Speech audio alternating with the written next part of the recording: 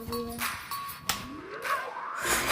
Ice Queens represents all the strong, amazing, incredible black females at all levels of the sport of ice hockey that are paving the way for future generations. Guess who's a playoff team?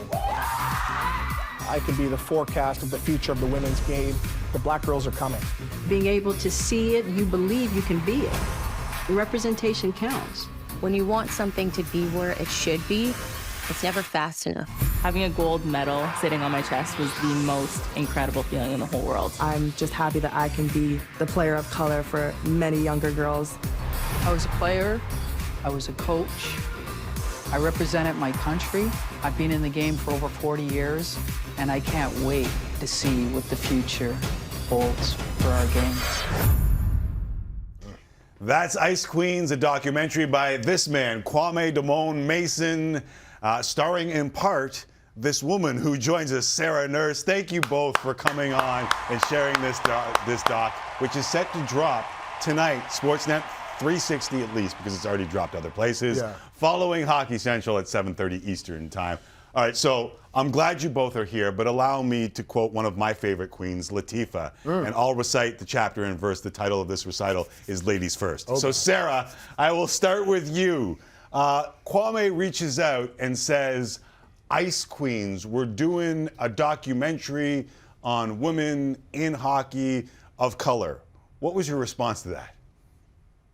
I mean, say less. Like, he has done such an incredible job, obviously with Soul on Ice prior, and I've been able to be a part of his podcast, be on a few times, and just getting to speak with Kwame, you understand his passion and the real fire that he's ignited to, you know, bring hockey to Black people and make it the most inclusive space, make everybody feel welcome. And so when he wanted to include me to the project, it was such a privilege and definitely an honor. And so I'm excited that I'm able to be a part of it and able to share.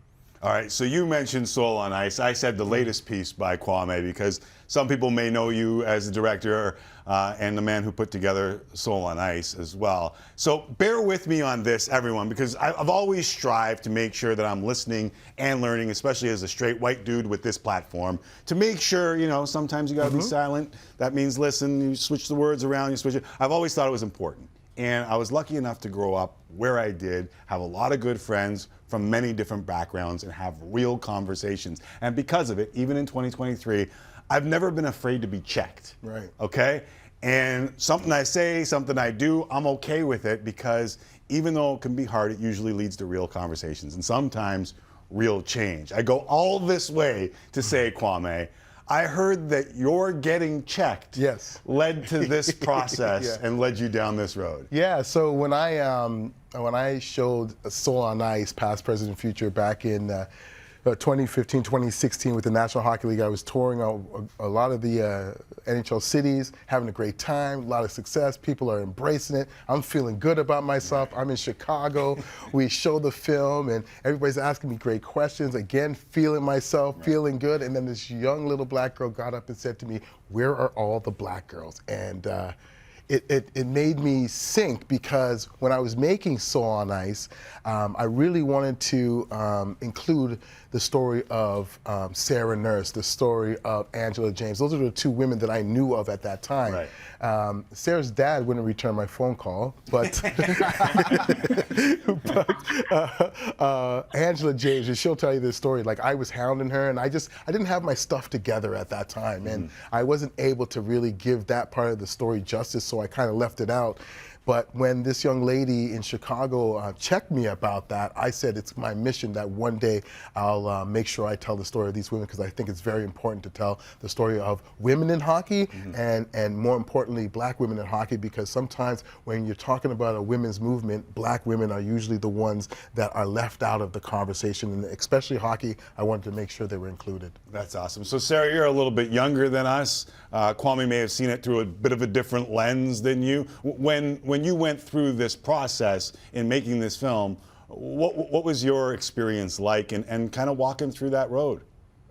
Yeah, I guess I was willing to be included in however Kwame wanted me. So being able to sit down and just have a genuine conversation and honestly record it, because I know that him and I have had conversations over the years and they've all been so educational and empowering and just awesome conversations. And so the fact that we're able to share that with the world is pretty special. And being a part of a movie with other rock star Black women who are in hockey, like Kelsey, like Angela, like Blake, is, again, such an honor for me. And I know that right now it's our stories that are being told. But as Stewie mentioned in that trailer, like, Black girls are here. And, you know, I look at the young ones who are coming up, like Jada Ginla or Dayton O'Donoghue, and, you know, Black girls are here, and Black girls are going to be around for a really long time in the game, and they're going to have a huge impact on the game. And this really just is the cusp of everything. So I'm super excited that I was able to be a part of it. And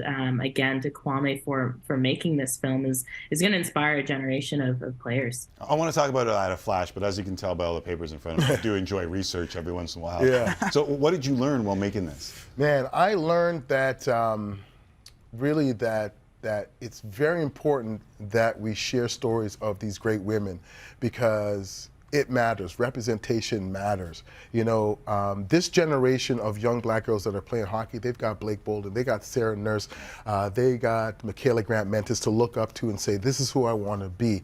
But when you go back and you ask, like a Blake Bolden, which I did in private conversations, who did you look up to when you grew up? She mentioned all these other male figures that she had posters on the wall, but then when she talked to me about Angela James, she said, if I had known about Angela James, she would have been on my wall. And I think, you know, for a woman, and I'm speaking of Angela James, who literally helped change the way the female game is played today, and for us not to celebrate that and encourage people to know her story and know what she went through. She was in Flemington Park. Yeah. You and I know what Flemington Park was back in the 80s. So I think it's the biggest thing that I learned is that representation matters on all levels, especially for young girls. I'm going to dig into that in a flash, but I do want to follow up, Sarah, with you also. Like, we hear buzzwords all the time. We've almost become immune to some of them. All the commercials and days like today, we hear the word inclusive, and I'm going to be honest, sometimes I struggle to see it. There are barriers to sport all over. As a girl dad, knowing that according to experts, 50% of girls drop out of sports in adolescence. Hockey can be specifically ridiculously expensive. Do you think seeing strong women like you, like Angela James, like Blake, like Kim Davis, can inspire the girls or inspire other girls to take up and, more importantly, stick with the game? Yeah, honestly, it's so important seeing young women, girls in sports, because not everybody's going to make it to the professional level. Not everybody's going to be an Olympian. Not everybody's going to be a player. You know, some people may be coaches, some people may be executives. But understanding that within that sport and team environment, there are so many core values that I have been able to learn and that so many others learn through sport. Some of the relationships and the opportunities that I've been able to have come directly through sport. And obviously I wouldn't be the person that I am today without it. But there are barriers. And from a very young age for myself, I've always felt othered. I'm playing hockey as a girl. And then as I start playing girls hockey, I am like the Black girl on the team. And so I am always just one step removed. And so through films like this and through different forms of representation, you're not only inspiring, you know, people to take up sport, you're not only inspiring women to play sports, but you're inspiring them to feel safe in sport environments. As I mentioned, going to hockey arenas, that's not always an inviting place. Not even that's not even talking about touching the ice. Being in boardrooms, being at a coaching level, being in marketing for a sports team, like those are not always comfortable environments. And so having things like this is going to be able to relate to a lot of people and show them that there is actually a place for Black women, Black people, women in hockey. Yeah, and if anyone gets robbed of all the experience, I was a terrible athlete, a terrible player, but I ended up with a job in it because I loved it so much. And those are the things, just sticking with the sport. I knew I wasn't going anywhere. I had 3 older brothers that were way better than me, so I knew it. But I grew up skating with my pops at North York Centennial Arena. They had a skate there. My old man, now that's Herb Carnegie Arena. Yeah. I grew up playing at Flemington Park. That is now Angela James Arena. I rent that arena with my kids, and we'll go out and we'll skate at that arena. And, you know, I heard you describe Angela, Kwame, as changing the game quietly, and that stood out to me. Explain that a little bit.